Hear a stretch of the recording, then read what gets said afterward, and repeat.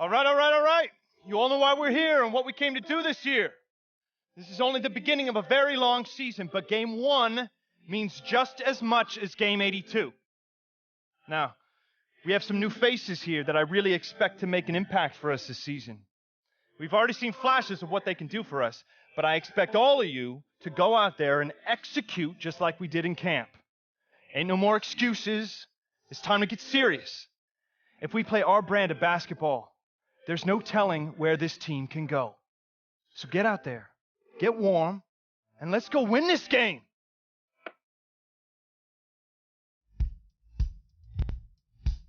My first NBA game.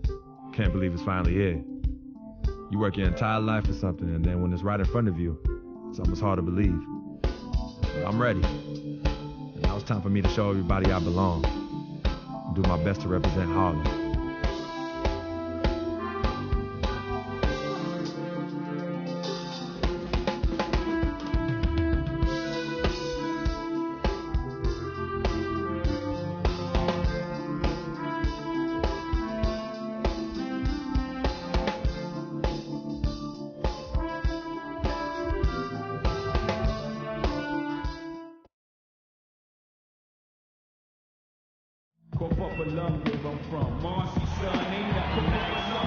Les traemos la NBA.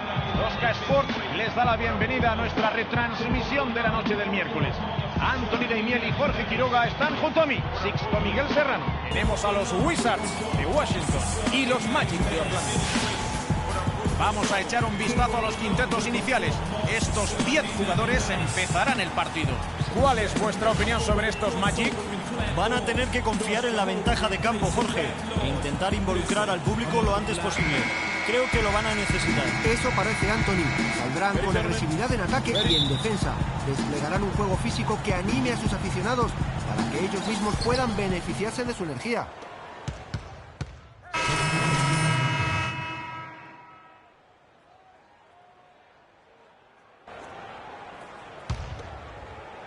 Ahora juegan los Magic.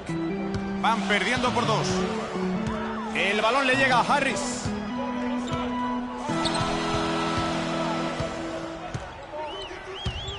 Aquí está Gordon.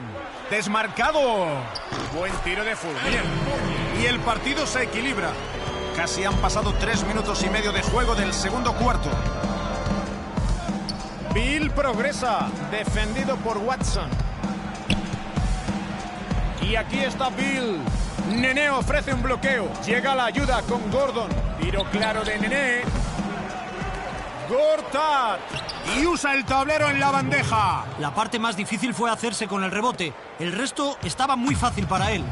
Empezará a jugar Orlando. Posición exterior para Harris. El balón le llega a Fournier. Progresa Watson. Aquí tenemos a Harris. Desde casi 4 metros. Esta tampoco entra. Las cosas no le salen este cuarto. La juega Bill con 12. Tiro en el poste alto. Tiro fallado. Seguro que se lamenta por haber fallado eso. Harris desmarcado. Gordon. El balón le llega a Watson. Aquí tenemos a Dedmon, defendido por Bill. Preparan el bloqueo. Adentro. Se lo han robado. Con la bola Freck. Rebote para Harris. Es un tiro que conviene olvidar. Tienes razón, Jorge. El balón le llega a Gordon. Aquí tenemos a Fournier. Aquí está Watson. 5 segundos en el reloj. Harris. Tampoco acaba en canasta de los Magic. Manda Washington en el marcador. Balón robado por Harris. Y aquí tenemos a Orlando. Progresa Watson. Le sale al paso Freck. Fournier. Y anota la bandeja a tablero. Y el partido se equilibra. Se ha recuperado muy rápidamente después de un mal inicio en el primer cuarto. Y será canasta de Freck. Freck anota su primera canasta en la NBA. Esperemos que sea el comienzo de una carrera larga y fructífera. Aquí está Watson. Muy presionado. La falta es de Freck. Es su primera falta.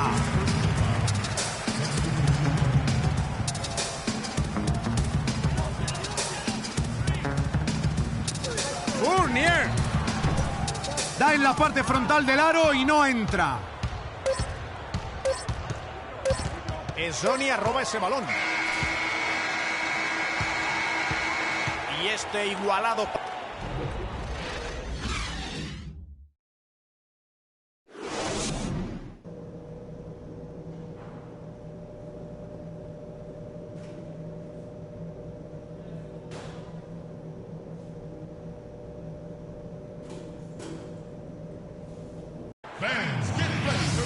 Tenemos un partido muy reñido que está a punto de comenzar en su segunda mitad.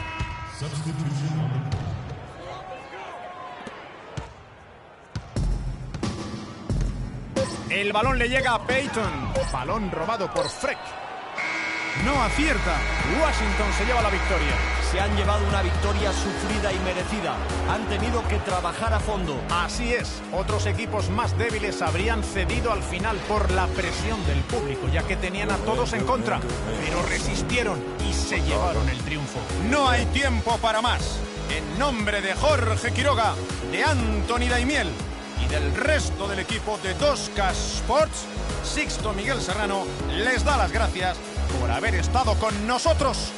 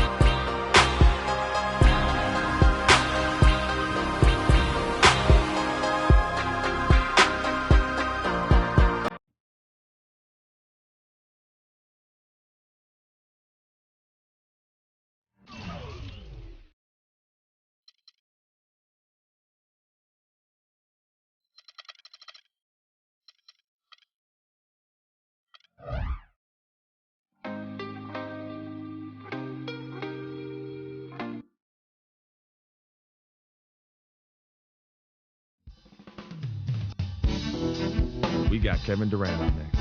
And you know he'll come to play. I love his versatility, but that makes shutting him down next to impossible. Coach gave us a full breakdown of what to expect. We watched plenty of film. Sometimes you just gotta throw all that out the window and settle things on the court. And I'm ready. Bring it, KD.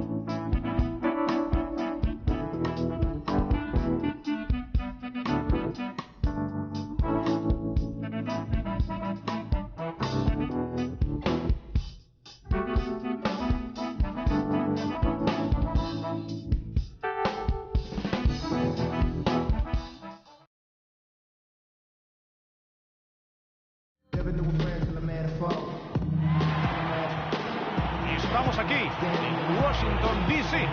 ¡Qué escena tan increíble! El Iwo Jima Memorial, y a lo lejos el Capitolio, y el monumento a Washington. Hola a todos y bienvenidos. La NBA en directo en este martes por la noche, aquí, en 2K Sports. Soy Sixto Miguel Serrano, junto a mí están Jorge Quiroga y Anthony Daimiel. Y estamos listos para retransmitir el partido. Como tenemos un momento, vamos a ver los quintetos iniciales.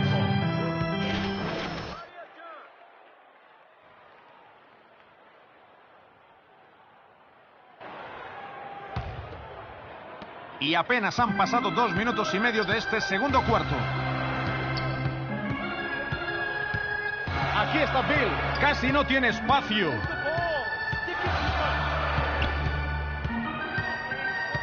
A la zona exterior izquierda. Quedan 5 segundos de posesión. Dudley, defendido por Durant. No lo consigue Gortat. Tiros como ese no suele fallarlos. Esta vez ha tenido mala suerte. El balón le llega a Waiters. Hunter tiene el balón. Bill se encarga de su defensa. Buen tiro de Durant. Estoy seguro de que les ha gustado su actuación. Está jugando muy bien. Los Wizards por detrás en el marcador. Con la bola Freck. La juega Gortat. Le defiende Westbrook. Y la canasta es de Gortat. Es evidente que la altura ha jugado un papel importante. Y también su puntería. El balón le llega a Waiters. Westbrook. La juega Durant. El bloqueo es de Ibaka. Westbrook con el balón. Le toca defender a Dudley. Recuperan el balón. Y entra. Un despiste en defensa y ya ves el resultado. La defensa no termina hasta que tu equipo tiene la posesión. El balón será para los Wizards. 8 puntos de diferencia. Bill en la banda. Le han defendido bien y ha fallado. Es un mal fallo. Debió haber aprovechado el error de la defensa. Waiters anota para superar los 10 puntos de ventaja. Las cosas han cambiado un poco en este cuarto. Están anotando muchos puntos en segundas opciones. Están sacando rendimiento a su entrega, Jorge. Seguro que el entrenador está contento. Salen con mucha rapidez. Y allá van. Rebote para los Wizards. Sigue intentando cogerle el punto al tiro, pero aún no ha dado resultado. Freck con el balón. Defendido por Durant. Y salen corriendo. Buena canasta de Waiters. Una buena carrera. La defensa no pudo hacer nada en esta jugada. Aquí tenemos a Freck.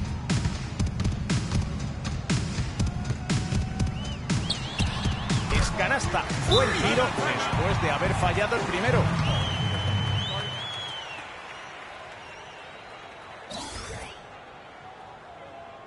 They can't guard us on the perimeter. Spread the floor and isolate up top. Spacing, fellas. Spacing.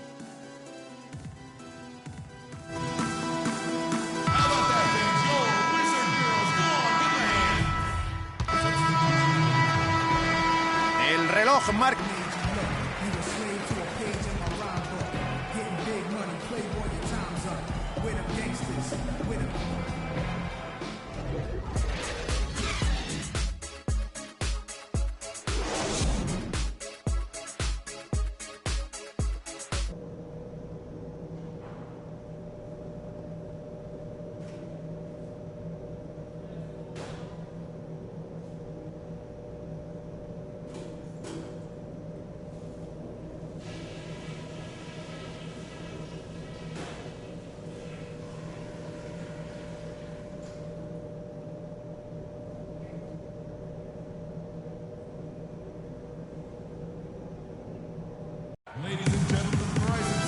Empezamos la segunda mitad. La primera no ha estado muy disputada, así que en este tercer cuarto veremos si se produce una remontada o seguimos igual. Partido para enmarcar de Kevin Durant. Este jugador nos acostumbra a este tipo de espectáculos un día sí.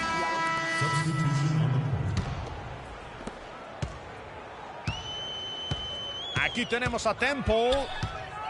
Le ofrece un bloqueo.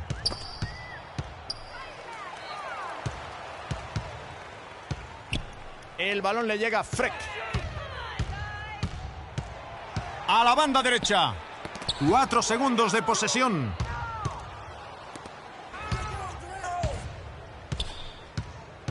Hacia la zona exterior derecha. Adams en el exterior. Posición exterior para Durant. ¡No está fino! Y ahora jugará el equipo de Washington. 3 segundos de margen entre el reloj de posesión y el del partido. Y entra. Están pasando por un buen momento, pero me temo que llega muy tarde. Sí, el tiempo no juega a su favor. No queda suficiente. El balón le llega a Augustin.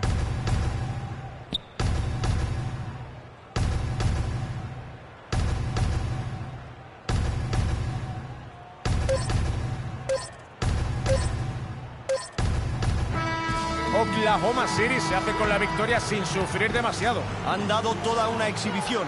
La victoria no ha sido muy contundente, pero seguro que están encantados. Cada vez que juegas fuera de casa y ganas como ellos han ganado, te sientes de maravilla. El esfuerzo de todo el equipo ha sido impresionante.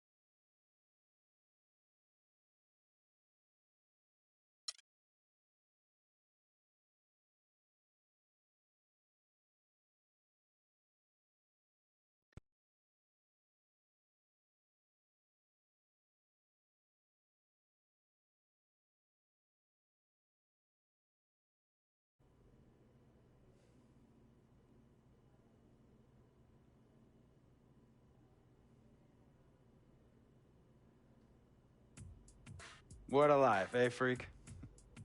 1 minute you're playing 21 and horse on the courts in Harlem, and the next moment you're in the showroom, configuring the gunmetal and graphite exterior of your luxury car and your iPad mini. Oh, I bet you get a crazy crowd when you drive that car around the block in the old neighborhood, huh? Yeah, I'm living the dream. Bad pandemonium. But folks from back around the way are real proud of me. Yeah, I hear you. Local kid makes good. You know, it kind of reminds me of when I took my tech stock public and I rang the New York Stock Exchange bell and my mom's friends called her up and said, "Maggie, is that your son on Bloomberg News this morning ringing the bell?" And my mom says, "Yes, sirree, Bob, it was him." That was a great moment, freak. And you know, our lives are like a pearl necklace of great moments, all strung together with the finest silk thread of memories. And we have to be very careful how we cultivate those pearls and we thread that necklace. Does this meeting by any chance have to do with Vic Van Leer? I grew up in the burbs, freak. I wasn't poor, upper middle class, comfortable. My daddy worked as an accountant for one of the largest insurance firms in the country. Smart with his money. Mom didn't have to work. I went to boarding school. And my dad died of a heart attack when I was a freshman at MIT. I was a movie geek, wanted to be a civil engineer, but I made my fortune by becoming a hybrid of both those interests. My dad didn't want me to be an accountant. Oh, listen to this. My best friend was a guy named Isidore. Yeah, we called him Izzy. He was one of the smartest human beings I have ever met in my life. I mean, Izzy was taking second-year college calculus courses as a high school sophomore, right? Straight-A student, full ride to MIT. Izzy had the world at his fingertips. But he was always looking for trouble, and trouble found him. He ran with the wrong crowd. And when we got to MIT, he got this great job working for a financial consulting firm in Boston. But every weekend, he would fly to Vegas. You see, Izzy had a system for counting cards in Vegas that had the big casinos on the Strip. Oh, it's stymied. He would come back to MIT with suitcases filled with $200,000 in cold cash. What? Yeah. So your man Izzy was getting hit off like that? Like a fat rat in a cheddar cheese factory, freak. Okay, so what happened to this dude Izzy? Because he's dope. No, not dope. Dead. After he'd been missing for 3 weeks, the Nevada State Police never found hide nor hair of Isidore. And our friendship took a hit when he asked me to hang out with him in Vegas, and I said I wouldn't do it because I knew he was on a dark and twisted path in his life. And yes, he was my dude. But no way was I gonna throw my life away trying to show my loyalty to a guy who really and truly didn't understand what loyalty was all about. So this meeting is about Vic. Correctamente. Okay, well, sir, Vic isn't Izzy. And why's that, freak? Well, for one thing, you and your dead friend Izzy didn't grow up poor. Me and Vic grew up in a neighborhood where we had to look over our shoulder every 2 seconds to make sure nobody was going to walk up on us and rob us. True. Izzy and I did not grow up in the hood.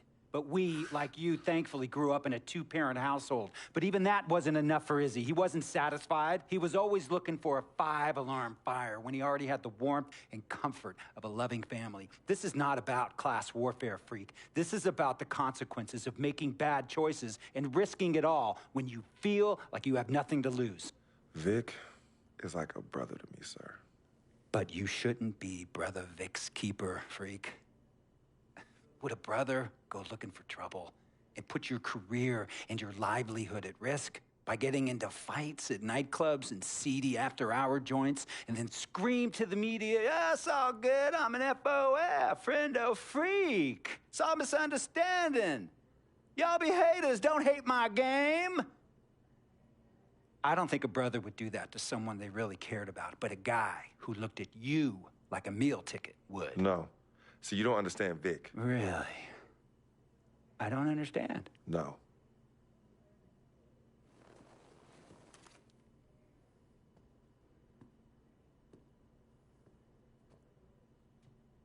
Look, man, it was a misunderstanding with the guy in the next VIP booth.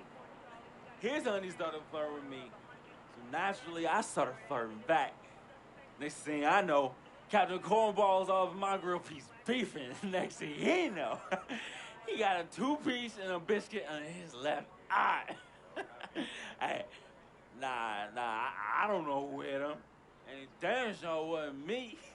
Hey, Captain Cornball's mad because I'm an FOF, friend of freak.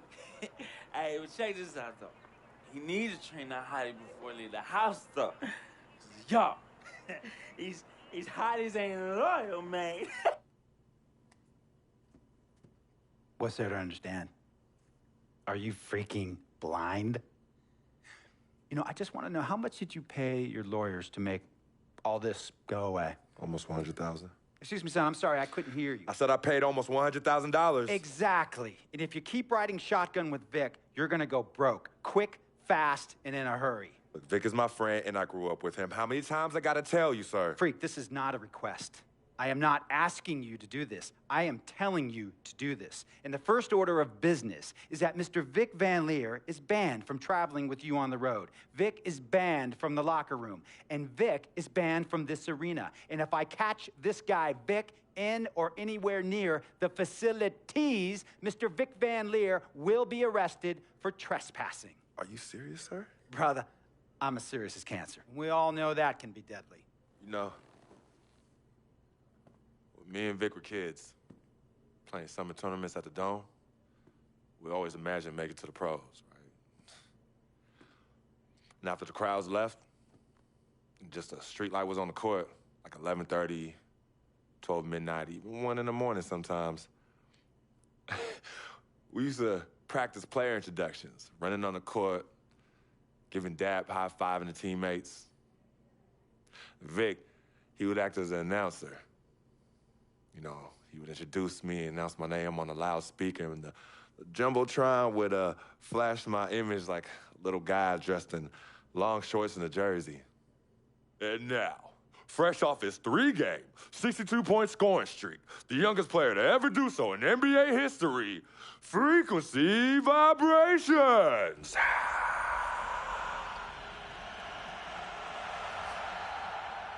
So me and Vic would sit in those empty bleachers at the Dome and dream like nobody's business. And now I'm living a dream. For real. And in so many ways, Vic was part of that. Please, listen to me. I mean, I know this guy's your dude from way back. Look, me and Vic go way back like the front seats of a 67 Cadillac. That's good. We go way back. Did you say front seats? Front seats of a 67 Cadillac. We go way back like the front seats of a 67 Cadillac. Well, Jiminy Crickets. I'm going to be the hit once again at Herbie Allen's Sun Valley Shindig because my fellow billionaires love it when I walk and talk that talk. So that almost sounds... No, let me tell you exactly what it sounds like. I respect, admire, and most importantly, love you as a human being and a role model. But I pay you a lot. And I mean, I pay you a lot of money to play for my team. And I am in this game to win it. And you can't win it with an albatross around your neck like Vic. So Vic is done. History. And here's some more lingo that I picked up from a former megastar who used to play for me several seasons ago. Thought I would never release him until I did. And now he's the sixth man on a struggling team in Venice. And yeah, I'm talking Venice with the canals and the gondolas and Harry's bar, not the street ballers next to the fortune tellers on the beach in Cali. This guy used to tell me when he thought there was a player destroying our team, don't be a hero, cut that zero. And that is what I am telling you about Vic, freak. Don't be a hero, cut that zero. The only thing Vic brings into your life is headache and unwanted and unnecessary negative attention. And it will begin to affect your mindset. And when it affects your mindset, it's gonna affect your play. And when it affects your play, it's gonna affect my team. And when it affects my team, it's gonna affect my money. And if it affects my money, Google Translate will become your new freaking friend. I want a championship ring, freak, and I want you to help me get that ring. And banners after banners hanging from the rafters in this arena. So, freak, hear me clearly and hear me good. V, G, Vic, gotta go.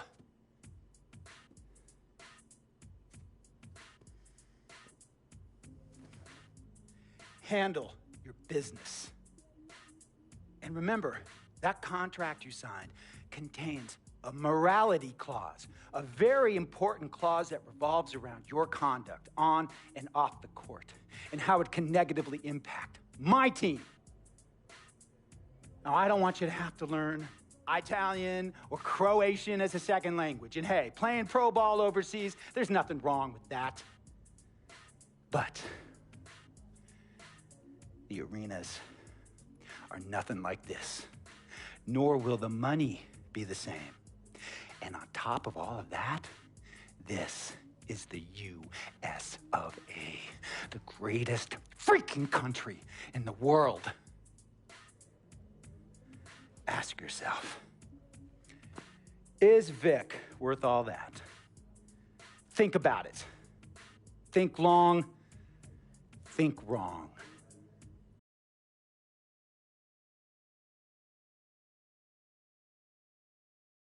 tell you about Vic. He has his bad rap. It's not, and I understand some of his judgments might shadow his actual character. He's not that at all. Man, Vic, let me tell you something. We actually, we have love for each other. We're brothers. Blood couldn't make us any closer at all. I mean, he has so much loyalty to me and to my family. You can see even Cece, has issues with him, but he still loves her. He still loves her.